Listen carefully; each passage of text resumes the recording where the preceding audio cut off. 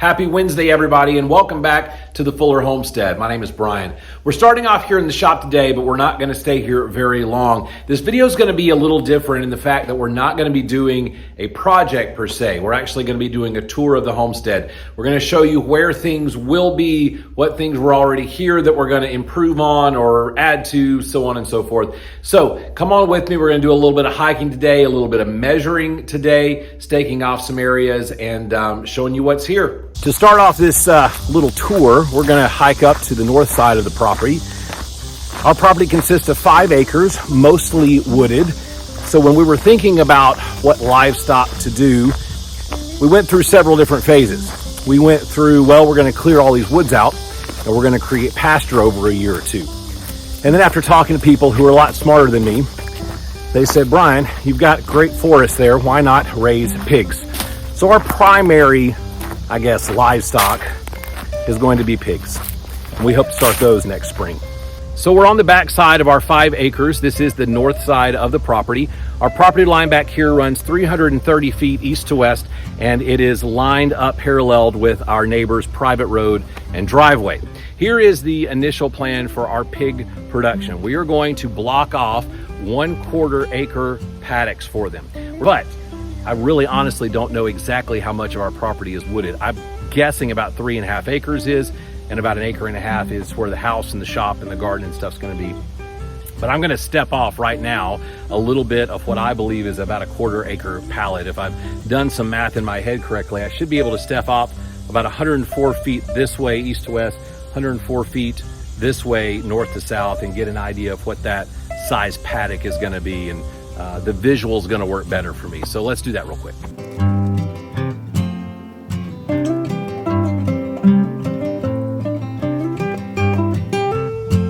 And so first reactions, having stepped that off for the first time, that's huge, especially for 4 pigs. Like I may have it. I don't know if you can tell right now, that tree right there. So 12 feet behind where you are right now, and about this right here is the 104 feet.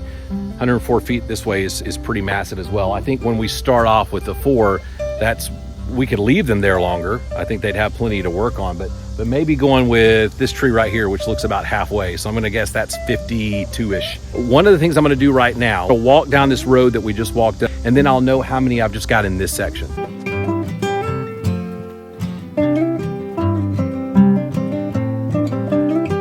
All right, so new revelation from that. 255 feet stepped off that way. If you try to do a 52-foot line for a paddock, that gives me about 5 52-foot sections here. I know I can do 2 52-foot sections on this side at least. I'm gonna go step that off here in a second. So I know I've got 10. I can build a road here. I've got 10 just right in this area that I could rotate every, let's say even 7 to 12 days when I've got 4 pigs on there. If I did it every week, that's 10 weeks of rotation that I've got. Is 10 weeks enough to put them back on this first one that they started with and then run up? I don't know, I'm new to this, but I'm gonna see how many more on the other side of that I can get. So let me go step that off and I'll be right back. All right, a little change of plans in figuring out all of these paddock things. One of the things that we tried to do in the past is to locate the actual markers. We have an old survey. We haven't been able to locate it. So my wife and I, she got her cowboy boots on because this is cowboy territory. Never know when you might run into a cowboy and need some boots. Isn't that right? That's right. All right, so we're gonna go out and try to find it. We know we're 330 feet by 694 feet. The former owner, one of the former owners, said that one of the markers he believes is in the middle of this private road. I don't know exactly where that one is. We'll try to scan a couple of times here, and then we're gonna walk it, try to step off 330 feet and see if we can't find it.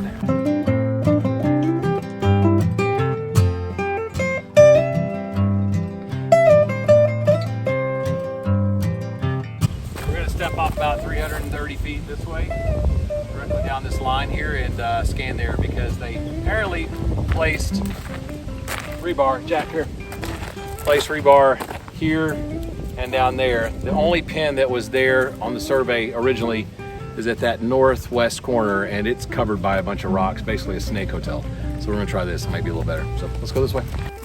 All right, we're coming up on this big oak tree right around this area. and it is lined. It's in line with the road, see?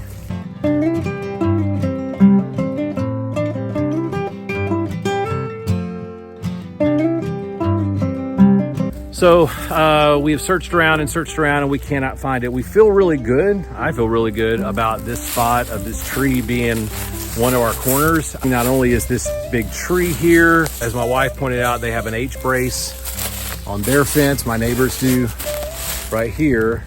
And then directly across from that, someone has taken some time to clear, not that one, clear a path back through here. I'm gonna go with this, so that when we set up fences and paddocks and things like that, we're gonna use this as our boundary. I think, as I told my wife, I think it's fair.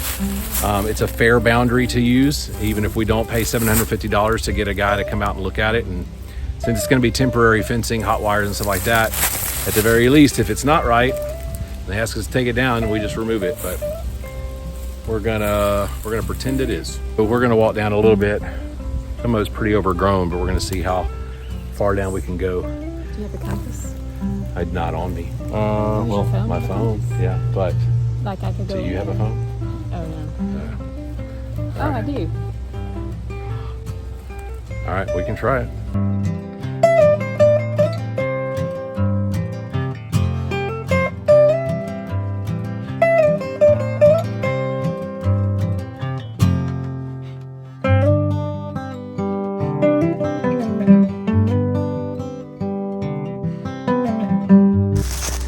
This is where we were earlier today with that road, and right about where you see that sign right there is at the corner where we started, and we started walking it off. Mystery. There was an old barbed wire fence that ran down and kind of curved right here at the corner. This trail is close enough and it's a safe enough boundary. Through the trees you can see the opening of where our road goes through. We have a little bit on the other side. If we did this, we could use this as the outside lane. Oh, that's what we can do. Yeah. So I was talking about making a lane in the middle and then be able to work both sides, but we can work one side on that road that we already have. This over here, we just had to continue to clear it out because I can't get a truck through here. Okay, so after all of that walking today, here's kind of what we're thinking for our pig paddocks. Near the top, by the way, I'm using Google Earth Pro and a little trick that I learned from Fuller Farms out of Hawkins, Texas. So thanks a lot, Tanner, for this suggestion. But utilizing that, here's what we're thinking. There's that road at the top, the north side of the property that we walked today. And as we were stepping it off and kind of seeing that size, I think an 80 by 80 paddock is a really good number, a size is what I'm looking for the number of pigs we're talking about. So about 8 pigs.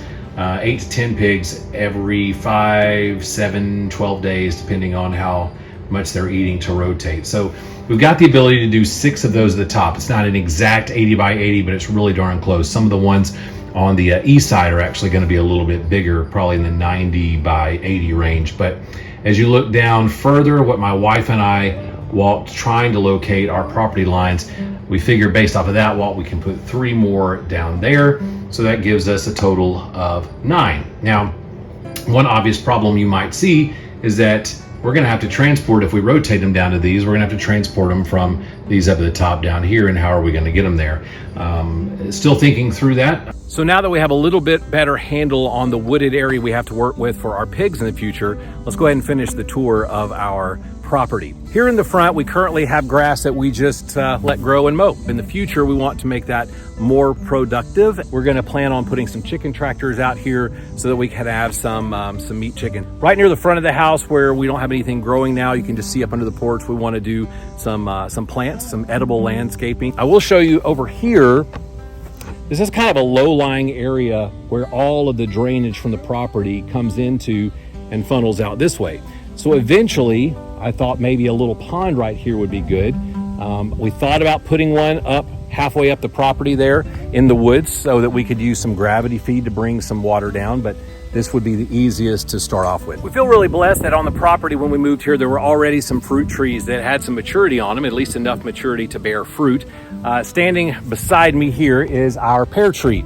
Now, I will say that it has not been pruned in forever, and so one of the first things that we're gonna do this fall and winter is to cut that way back so that it can grow out and not so much up. We have noticed that the birds are having a field day with it. In fact, let me see if I can show you this real quick. I don't know if you can see that or not, but yeah, they're enjoying themselves, having some pears to eat. They're not very big by any stretch of the imagination, and quite frankly, we're not at this point trying to worry about saving any of them. I was told that this was a plum, but as of right now, we have seen no signs of life or plums in it. So not so sure about what this is. We're gonna wait for another season and see what happens.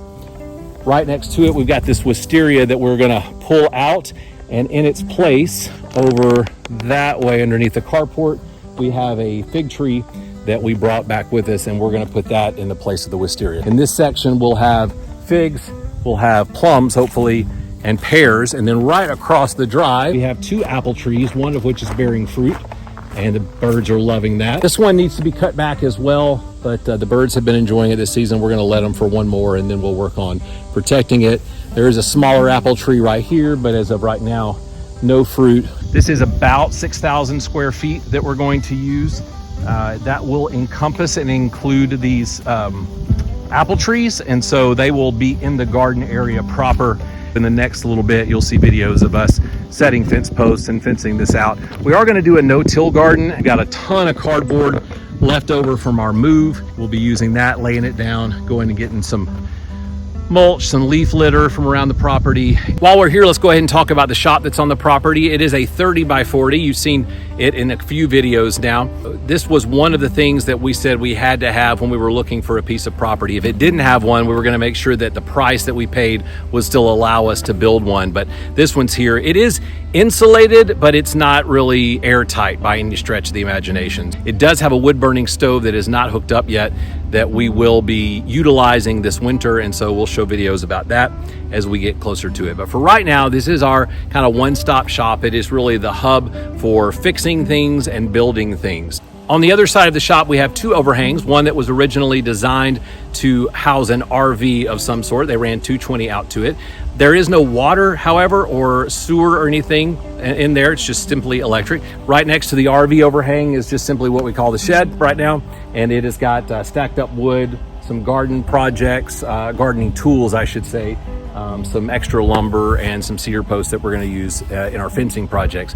Also on the property when we arrived was this chicken coop. It was built on a concrete slab down here, which adds some challenges when it comes to containing smell, odors, keeping the coop as clean as possible. We have had dirt and at least wood with slats where stuff could go through in our previous location, but we're interested to see how this works. Now, from a predator standpoint, as far as digging up under there, that's not going to be able to happen, so that's nice to have. It does have quite a few nesting boxes in there. We're thinking that by the time we get up and running fully, we'll have 60 or so birds that will be using these nesting boxes and this coop. We still need to put a door on it, obviously, figure out a window system that's better, and then shore up this outside awning that's not in the best shape right now. So in addition to the coop, we are going to fence in quite a large section here for a run for the chickens, but also for an area for rabbit cages. We're hoping to have some elevated rabbit cages to coexist in here with the chickens, and we'll have all of that wonderful mixture of chicken poop and rabbit poop kind of all contained in one area. We'll be throwing some scraps and stuff in here as well, and so we hope to build up some nice compost within that area.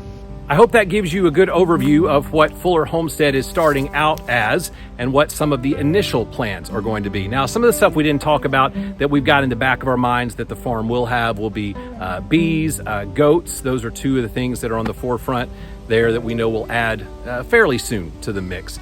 But we didn't talk about where those were going to be, and we'll do that at a later time. My son wanted me to make sure that I say this. If you haven't subscribed, please do that. And he told me to make sure I tell you, hit that bell so you can be notified of the next time that we put up a video. Thanks so much for tuning in. I hope you guys have a great Wednesday. We'll see you on Friday. Bye.